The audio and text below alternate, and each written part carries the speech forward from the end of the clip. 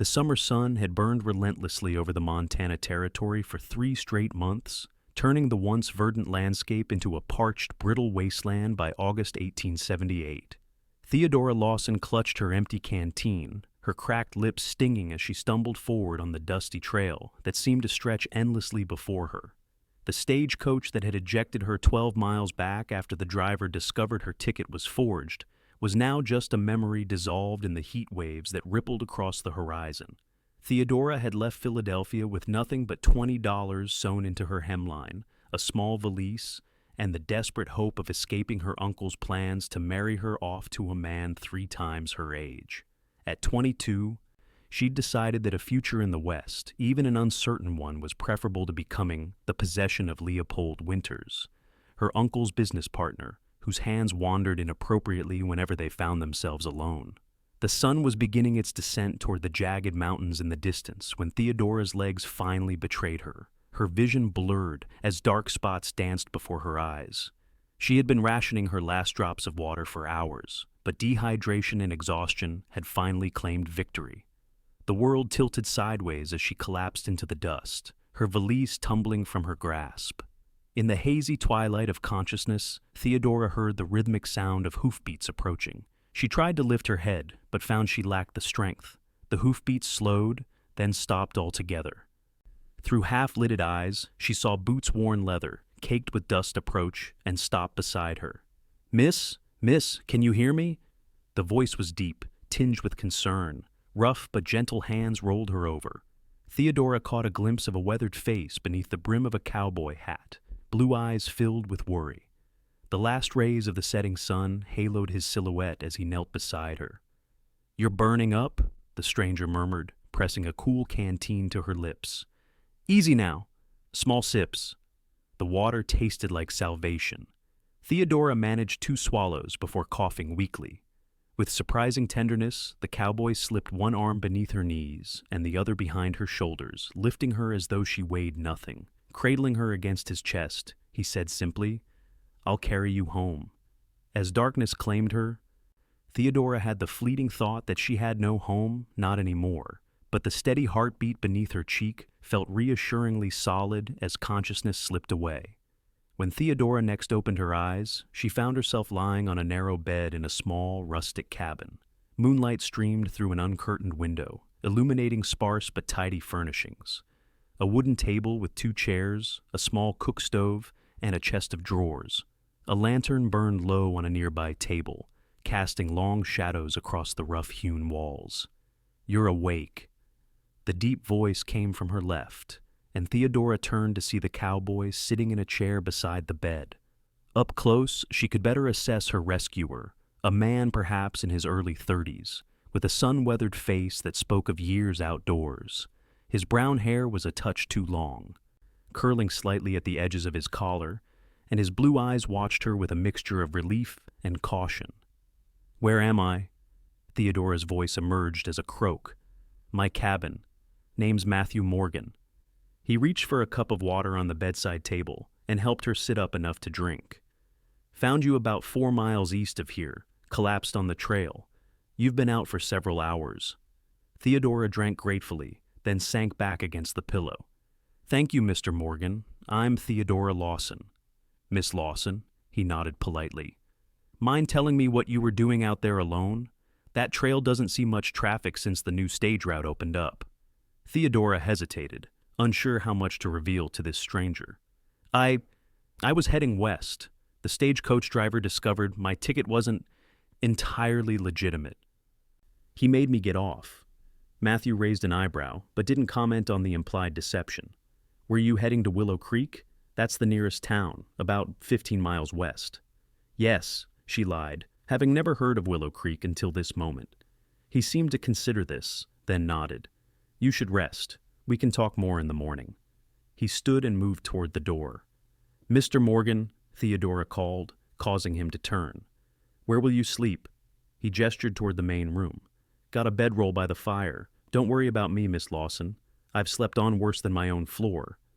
As the door closed behind him, Theodora felt a curious mixture of gratitude and trepidation. She was alone in a cabin with a man she'd just met, a situation that would have scandalized Philadelphia society. Yet something about Matthew Morgan's straightforward manner reassured her. Unlike the calculating looks she'd grown accustomed to from her uncle's associates, the cowboy's gaze held no ulterior motives, only concern. Exhaustion soon pulled her back into sleep, deeper and more peaceful than she'd experienced in months. Morning arrived with the aroma of coffee and bacon. Theodora stirred, momentarily disoriented by the unfamiliar surroundings until the events of the previous day returned to her. She sat up cautiously, relieved to find her strength somewhat restored, though her head still ached from dehydration. Her valise had been placed at the foot of the bed. A quick check confirmed that the money sewn into her hemline remained undisturbed. She smoothed her rumpled traveling dress as best she could before venturing into the main room. Matthew stood at the cook stove, his back to her. He'd removed his hat, revealing thick brown hair that caught the morning light filtering through the windows. At the sound of her footsteps, he turned. "Good morning," he said, gesturing to the table where he'd set 2 tin plates. "Thought you might be hungry." "Thank you." Theodora took a seat, suddenly acutely aware of how disheveled she must appear. "I'm afraid I'm not presenting myself very well." A slight smile touched his lips. "Miss Lawson, I found you half dead in the dust yesterday. You're looking considerably improved this morning." He set a plate of bacon, beans, and biscuits before her, then poured coffee into a tin cup. The simple meal looked more appetizing than any elaborate dinner she'd been served in Philadelphia. "I've been wondering," Matthew said as he took his seat across from her, "what brings an Eastern lady all the way out to Montana territory alone?" Theodora paused with her fork halfway to her mouth. His perception startled her. "How did you know I'm from the East? Your accent, your clothes, the way you hold your fork." He shrugged. "I wasn't born out here either." She took a bite of the surprisingly good biscuit, considering her answer. Something about Matthew Morgan made her want to tell the truth, despite the caution that had been her companion for months. "I'm running away," she admitted. "My parents died last year. Influenza. My uncle became my guardian, though I'm of age. He arranged a marriage for me to his business partner, a man of 60 with a reputation for cruelty to his previous wives." She set down her fork. "I refused. My uncle threatened to have me committed to an asylum for female hysteria if I didn't comply, so I left." Matthew's expression darkened. "Some men don't deserve the air they breathe," he said quietly. "What's your plan now? Willow Creek's a decent town, but there aren't many opportunities for a single woman." "I don't actually have a destination," Theodora confessed. "I just knew I had to leave Philadelphia. I have a little money, and I thought perhaps I could find work as a teacher or a shop clerk somewhere." Matthew nodded thoughtfully. "Mrs. Henderson, she runs the general store. In town lost her assistant last month when the girl got married. She might be hiring. And there's a small boarding house where respectable women can stay." "You're very kind to help me," Theodora said. "I don't know how to thank you properly for saving my life." "No thanks needed. Anyone would have done the same." Theodora knew that wasn't true. In her experience, people rarely acted without expectation of return. "Nevertheless, I'm grateful. I should impose on your hospitality no longer than necessary. Perhaps you could point me in the direction of Willow Creek when you have time." Something like disappointment flickered across Matthew's features, quickly masked. "Town's too far for you to walk, especially after yesterday. I'll take you in my wagon once you've had another day to recover." "I couldn't possibly—" "Miss Lawson," he interrupted gently. "You collapsed from heat exhaustion yesterday. It wouldn't be responsible of me to let you set out again so soon. Besides, I need to go to town for supplies anyway." She relented, recognizing both the logic in his argument and her own lingering weakness. "Very well, thank you." After breakfast, Matthew gave her privacy to wash up, leaving a bucket of clean water and a small sliver of soap. The simple act of cleaning her face and hands revitalized her. When she emerged from the bedroom, she found him outside, tending to his horses in the corral adjacent to the cabin. The Morgan homestead was modest but well maintained. The cabin sat on a gentle rise overlooking a stream, with mountains visible in the distance.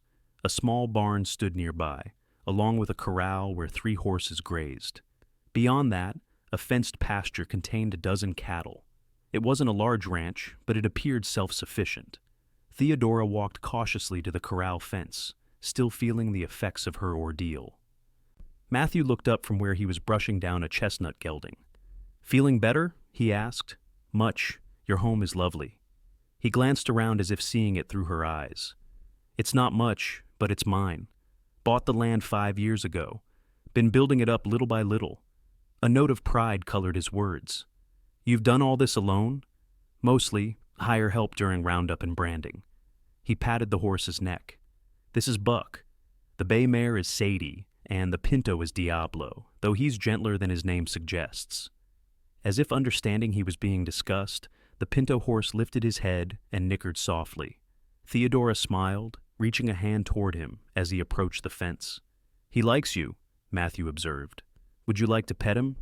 She nodded, and Matthew came to stand beside her, guiding her hand to the horse's velvety muzzle. The simple contact with the animal soothed something within her.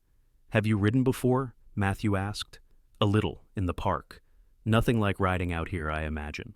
"It's freedom," he said simply. "When I first came west, I worked as a ranch hand, then a trail driver. Spent more time in the saddle than out of it. Saved every penny until I could buy this place." "Where were you before coming west?" Theodora asked, curious about this man who lived alone on the frontier. A shadow crossed his face. "Boston, originally. Then New York, left after the war. Needed open skies after that." The brief reference to what must have been the Civil War explained much about his reticence. Many men had sought the Western territories after those bloody years, looking for new beginnings, far from painful memories. "I understand needing to leave the past behind," Theodora said softly. Their eyes met over the fence rail, a moment of recognition passing between them two people who had fled their former lives for different reasons, but with similar hopes for reinvention. The moment was broken when Diablo nudged Matthew's shoulder, seeking attention. He laughed, the sound unexpectedly warm. "Always jealous, this one." Throughout the day, Theodora rested as Matthew had suggested, but also insisted on helping with small chores. She wasn't accustomed to the daily workings of a homestead, but proved a quick learner. By evening, she had helped prepare a stew for dinner, and even managed to bake a passable cornbread in the temperamental cook stove.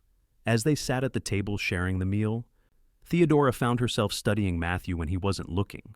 There was a quietness to him that she found comforting after the constant social machinations of Philadelphia society. He spoke little, but when he did, his words carried weight. "Tell me about Willow Creek," she said as they ate. "What kind of town is it?" "Small, about 300 people. Got a general store, assay office, 2 saloons. Though only Grayson's is respectable enough for a lady to pass by.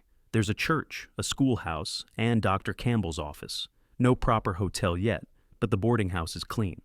"And the people?" Matthew considered. "Mostly decent. Town's young enough that folks are still working too hard, building their own lives to meddle much in others' business. Not like back east." "That sounds appealing," Theodora admitted. "In Philadelphia, gossip was practically a profession for some.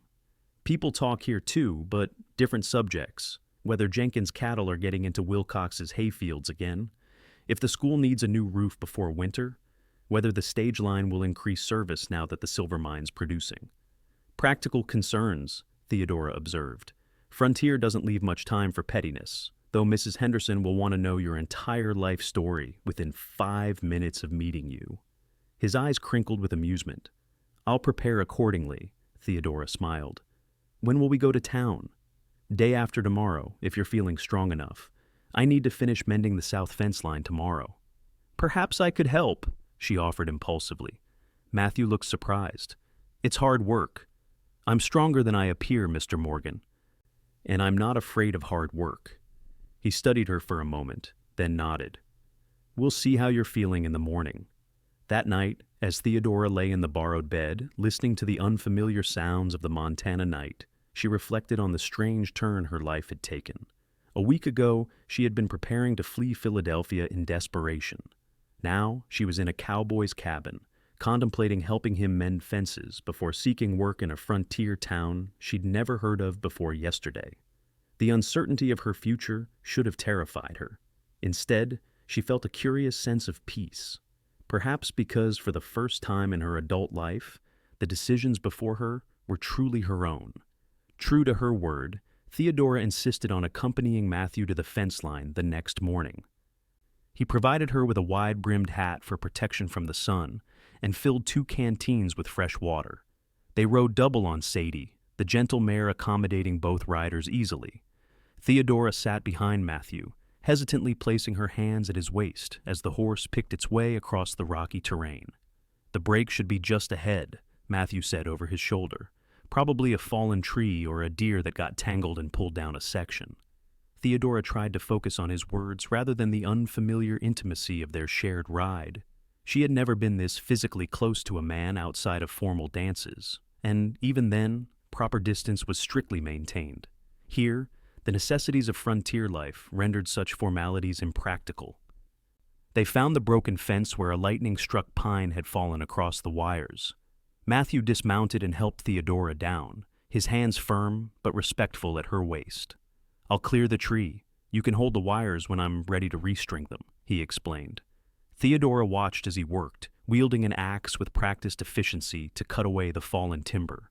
The physical labor seemed to come naturally to him, his movements economical and purposeful. It was a far cry from the calculated gestures of the society, she'd known men whose greatest exertions involved lifting brandy glasses and dancing at balls.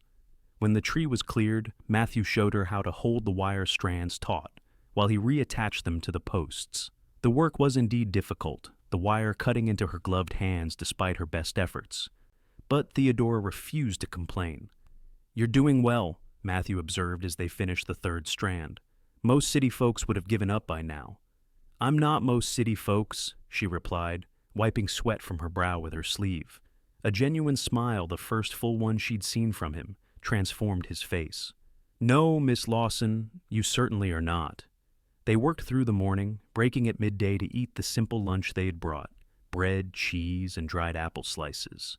Sitting in the shade of a cottonwood tree beside a small creek, they shared the water canteen and a comfortable silence. "May I ask you something, Mr. Morgan?"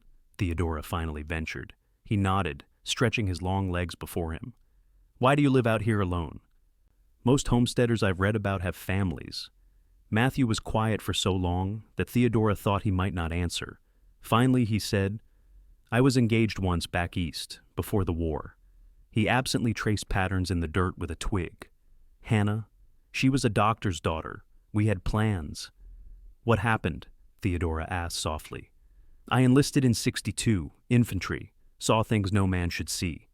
His voice grew distant. "When I came home in '65, I wasn't the same person. Hannah tried, but..." He shrugged. "Some wounds don't heal clean. I started heading west, worked ranches from Kansas to Wyoming, found this place 5 years ago. Seemed as good a spot as any to stop running." "I'm sorry," Theodora said, understanding now the shadows that sometimes crossed his face. "Don't be. I've made peace with it." He looked at her directly. "What about you? No young man in Philadelphia caught your eye before your uncle made his arrangements?" Theodora shook her head. "My father was protective. I wasn't allowed many social engagements until after my 20th birthday. And then, when my parents died..." She trailed off. "My uncle saw me as an asset, not a person. A potential business alliance through marriage." "That's not marriage," Matthew said, a hint of anger coloring his tone. "That's a transaction." "Precisely why I left," Theodora agreed. "I'd rather face uncertainty than certain misery." Matthew studied her face. "You're braver than you give yourself credit for, Miss Lawson." His words warmed her more than they should have. They finished their lunch and returned to work, completing the fence repairs by mid-afternoon. The ride back to the cabin felt different somehow, less awkward, more companionable. Theodora found herself noticing the way the sun brought out golden highlights in Matthew's brown hair, the breadth of his shoulders, the strength in his hands as he guided the mare across the uneven ground. That evening, after a simple dinner, Matthew surprised her by bringing out a worn copy of Ivanhoe from a small bookshelf she hadn't noticed before. "Thought you might enjoy some reading," he said. "Not much entertainment out here compared to what you're used to." Theodora took the book, touched by the thoughtful gesture. "I love Scott's novels. Have you read it?" Several times. Don't get to town often enough to trade for new books. He gestured to the small collection. Reading passes the winter evenings when the snow's too deep to do much else. They sat in comfortable silence, Matthew whittling what appeared to be a small wooden horse while Theodora read. The domesticity of the scene struck her suddenly how natural it felt to share this quiet evening with him, despite having known him only 2 days. "What are you making?" she asked eventually, setting aside the book. He held up the carving a half-finished but recognizable pinto horse. "Just something to keep my hands busy. Started doing this during long nights on trail drives." "It's beautiful," she said sincerely. "You're quite talented." A faint flush colored his cheeks at the compliment. "Just a hobby." "Do you have others?" she asked, genuinely curious about this man who had rescued her and opened his home without hesitation. Matthew shrugged. "Play a little harmonica, not much else. Life out here doesn't leave time for many pastimes. Would you play something?" The request slipped out before Theodora could consider its propriety. Matthew looked surprised, but reached into his shirt pocket and withdrew a small silver harmonica. "Any requests?" "Whatever you enjoy playing." After a moment's hesitation, he raised the instrument to his lips and began to play. The melody was sweet and melancholy. Shenandoah, Theodora recognized. The haunting notes filled the small cabin, speaking of longing and distance in a way words couldn't express. When the last note faded, silence settled between them, weighted with unspoken thoughts. Theodora found herself unwilling to break the moment with words. Something was changing between them, evolving from the simple gratitude of a rescued stranger to something more complex. "It's getting late," Matthew finally said, tucking the harmonica away. "We should leave for town by mid-morning tomorrow." "Yes, of course," Theodora agreed, trying to ignore the flicker of disappointment at the reminder that their time together was coming to an end. As she prepared for bed that night, Theodora found herself reluctant to face the next day's journey to Willow Creek. In just 2 days, Matthew Morgan's cabin had begun to feel like a sanctuary. Tomorrow she would need to forge a new path, find employment, establish herself in an unfamiliar town. It was what she had set out to do when she left Philadelphia, yet now the prospect filled her with a curious melancholy. She fell asleep thinking of the sound of Matthew's harmonica, the melody following her into dreams. They set out for Willow Creek the next morning in Matthew's wagon. Theodora's valise sat between them on the seat, a tangible reminder of her imminent departure. The day was cooler than previous ones, a hint of autumn in the air despite the August date. "Might get an early winter this year," Matthew observed, glancing at the sky where high, thin clouds stretched across the blue expanse. "Cattle are growing thicker coats already." "Is winter difficult out here?" Theodora asked. "Can be. Snow gets deep in the passes. Town gets cut off sometimes for weeks when the trails are impassable." He adjusted the reins. "Mrs. Henderson starts stockpiling supplies in September, just in case." The 15-mile journey gave Theodora time to appreciate the landscape that would now be her home. Rolling hills gave way to steeper terrain as they approached the mountains, with stands of pine and spruce dotting the slopes. Creeks carved paths through meadows where wildflowers still bloomed despite the summer's drought. "It's beautiful," she said, as they crested a rise that offered a panoramic view. "So different from Philadelphia." "Takes some getting used to," Matthew acknowledged. "The space, the silence, but once it gets under your skin, you can't imagine being anywhere else," Theodora finished for him, understanding. He glanced at her with surprise. "Exactly." As they drew closer to Willow Creek, Theodora felt her anxiety returning. What if there were no jobs available? What if the boarding house was full? What if the townspeople were suspicious of a woman traveling alone? "Mrs. Henderson can be intimidating," Matthew said, seeming to sense her unease. "But she's fair. Her husband died in a mining accident 3 years ago, so she understands what it means to make your own way." "And the boarding house?" "Run by a widow named Mrs. Collins. Strict about curfews and gentlemen callers, but keeps a clean place. $3 a week, includes 2 meals daily." The information reassured her somewhat. Theodora had enough money to support herself for a few months if necessary, but finding employment quickly would be ideal. Willow Creek appeared around a bend in the road, a collection of wooden buildings strung along a main street, with smaller residences scattered on the surrounding slopes. A church steeple rose above the other structures, and the expected activity of a small frontier town was evident. Wagons loading and unloading at the general store, men entering and exiting the saloon, women in calico dresses carrying baskets of purchases. "It's larger than I expected," Theodora admitted as they rolled down the main street. "Growing every year since the Silver Strike." Matthew guided the wagon to a stop in front of a two-story building with Henderson's General Mercantile painted across its front. "We'll try here first for work, then see about lodging." Inside the store, Theodora was immediately struck by the variety of goods crammed into the space: barrels of flour and sugar, shelves of canned goods, farm implements hanging from the ceiling, bolts of fabric, patent medicines, tools, and household necessities of every description. Behind the counter stood a woman of perhaps 50, her gray-streaked hair pulled back in a severe bun, sharp eyes taking in every detail of the new arrivals. "Matthew Morgan," she said, setting aside the ledger she'd been writing in. "Didn't expect to see you in town for another month." "Mrs. Henderson," Matthew nodded respectfully. "Came in earlier than planned. This is Miss Theodora Lawson. She's looking for employment and accommodation in town." The older woman's gaze swept over Theodora, assessing. "Where are you from, girl?" "Philadelphia, madam." "Long way from home. What brings you to Montana Territory?" Theodora hesitated, unsure how much to reveal. "I was seeking new opportunities." Mrs. Henderson snorted. "Nobody comes to Willow Creek for opportunities unless they're running from something or looking for silver. Since you're not carrying a pickaxe, I'm guessing it's the former." "Margaret," Matthew interjected, "Miss Lawson is a respectable woman who's had some family difficulties. She's well educated and a hard worker." Something in his tone must have registered with the shopkeeper. Her expression softened marginally. "I do need help with fall stock arriving. Can you keep accounts, read and write clearly?" "Yes, madam. I was educated at Miss Porter's school in Philadelphia.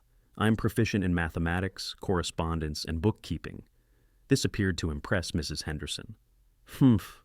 Could use someone who knows figures better than Sally Jenkins did." Girl could barely add two numbers together. She tapped her fingers on the counter thoughtfully. $6 a week, room and board at Mrs. Collins's included in that. Store opens at 7, closes at 6, Sundays off for church. The offer was more generous than Theodora had dared hope. "Thank you, Mrs. Henderson. I would be very grateful for the position." "Don't thank me yet. There's a 1-week trial period. If you don't suit, you're back on the stage east." She fixed Theodora with a stern look. "And I'll need to know eventually what you're running from.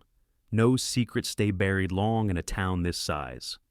"I understand," Theodora said, resolving to share her story once she'd established herself. "Matthew will show you to Mrs. Collins. You can start tomorrow morning." Mrs. Henderson returned to her ledger, effectively dismissing them. Outside, Theodora released a breath she hadn't realized she was holding.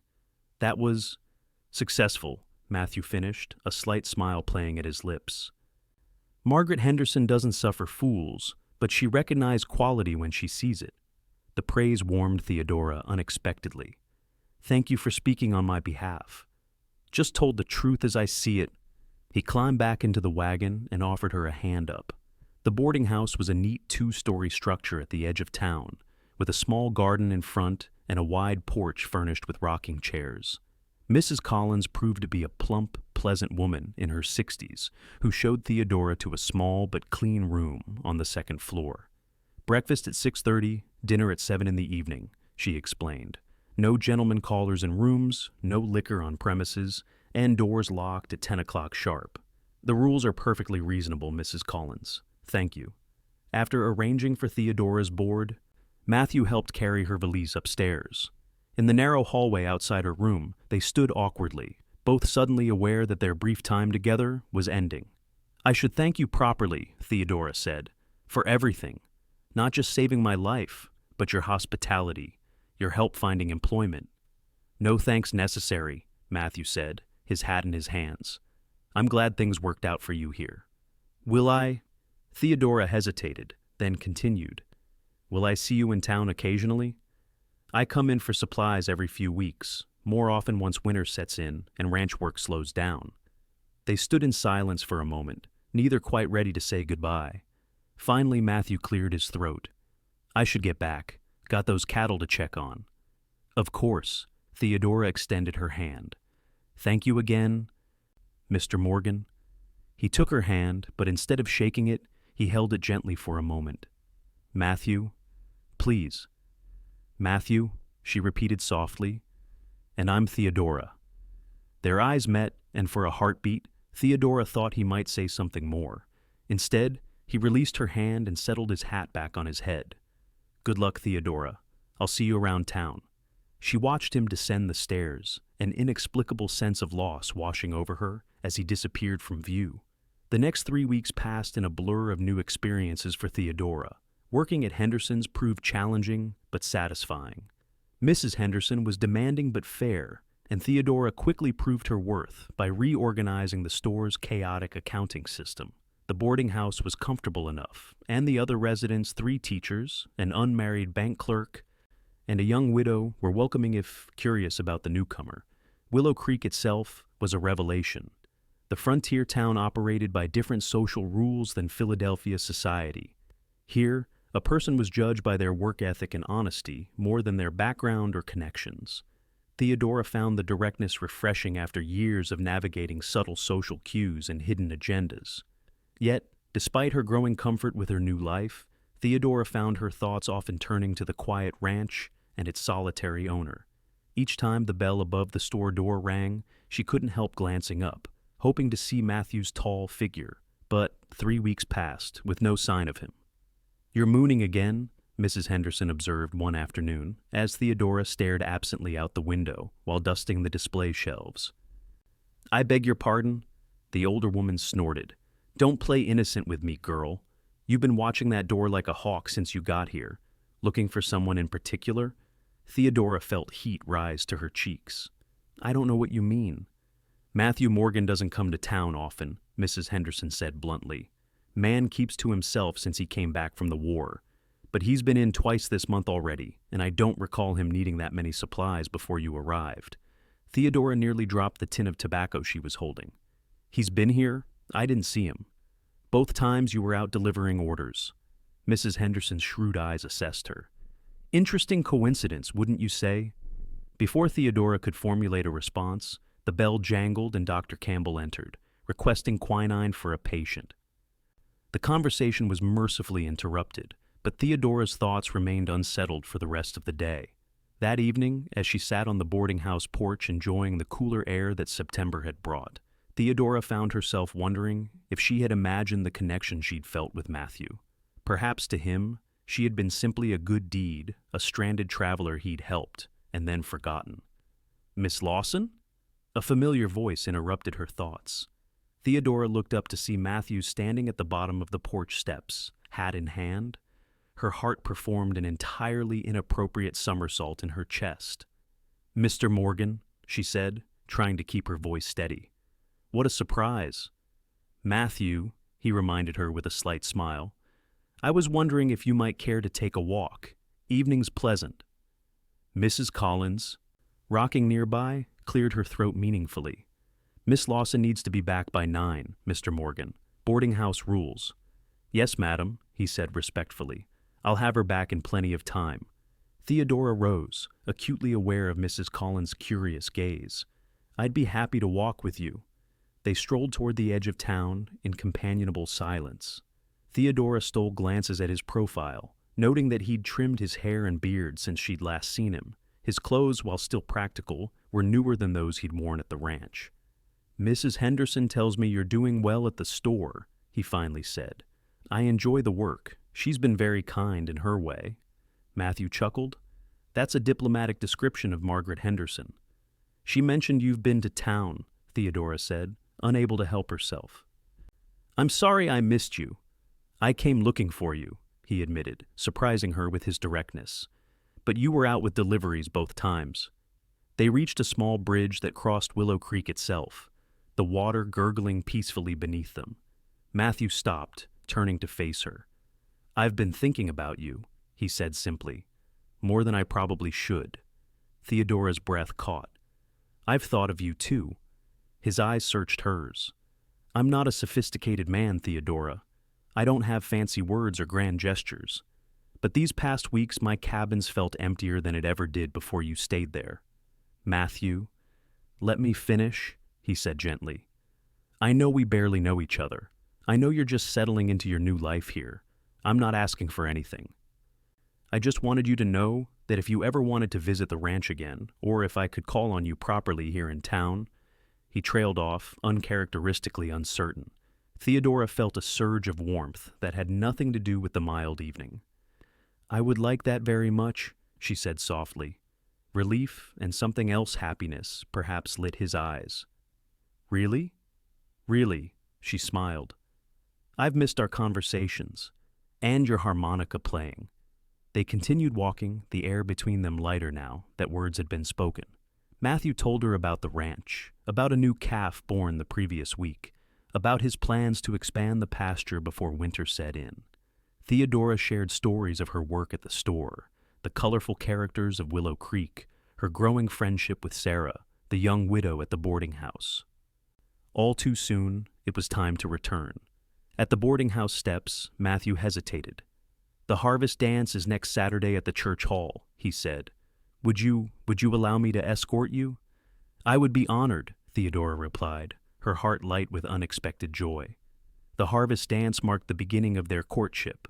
Through the autumn months, Matthew came to town more frequently, taking Theodora on proper walks, joining her for Sunday services, and once memorably bringing her a carving of Diablo, the pinto horse she had admired. By December, when snow began to blanket the valley and the mountains disappeared behind curtains of white, their feelings for each other were clear to everyone in Willow Creek. Matthew's visits, though less frequent due to the treacherous winter roads, became events that Theodora anticipated with increasing delight. On Christmas Eve, he arrived unexpectedly at the boarding house, snow dusting his shoulders and hat. Theodora, who had been helping Mrs. Collins decorate the small parlor tree, rushed to greet him. Matthew, I didn't expect you. The past must be dangerous. Couldn't miss Christmas, he said, his eyes warming at the sight of her. Besides, I had something important to ask you. Mrs. Collins and the other boarders suddenly found reasons to busy themselves in the kitchen, leaving Theodora and Matthew alone in the parlor. He took both her hands in his. Theodora, these past months have been the happiest I can remember. His voice was steady, but filled with emotion. When I found you collapsed in the dust that day, I had no idea you'd come to mean so much to me. Theodora's heart pounded as she realized what was happening. I know I'm just a rancher with little to offer compared to the life you had back east, Matthew continued. But I love you. I think I started falling in love with you that first evening, when you insisted on helping with dinner despite barely being able to stand. Matthew, Theodora whispered, tears threatening. He reached into his pocket and withdrew a small ring, a simple silver band set with a single pearl. It was my mother's, he explained. Theodora Lawson, would you do me the honor of becoming my wife? Yes, she answered without hesitation. Yes, with all my heart. The kiss they shared by the light of the Christmas tree was tender and full of promise, a far cry from the desperate circumstances of their first meeting, yet somehow echoing that moment when he had lifted her from the dust and carried her to safety. They were married in April 1879, when the mountain passes cleared and spring brought new life to the valley. The entire town of Willow Creek attended the ceremony at the small church, with Mrs. Henderson standing proudly as Theodora's matron of honor. After the wedding, Matthew brought his bride home to the ranch that had expanded over the winter months. A new room had been added to the cabin, the corral enlarged, and a small garden plot prepared for Theodora's experiments with eastern flowers and vegetables. That evening, as they stood on the porch watching the sunset paint the mountains in shades of gold and pink, Matthew wrapped his arms around his wife from behind. Happy? He asked, his breath warm against her ear. Theodora leaned back into his embrace, thinking of the journey that had brought her here from a life of gilded constraints to one of honest freedom beside the man she loved. More than I ever imagined possible, she answered truthfully. As darkness fell across the Montana landscape, Theodora thought of that fateful August day when she had collapsed in the dust, defeated and desperate. She could never have predicted that her moment of greatest weakness would lead to her greatest strength, the love she had found with Matthew, who had carried her home in more ways than one.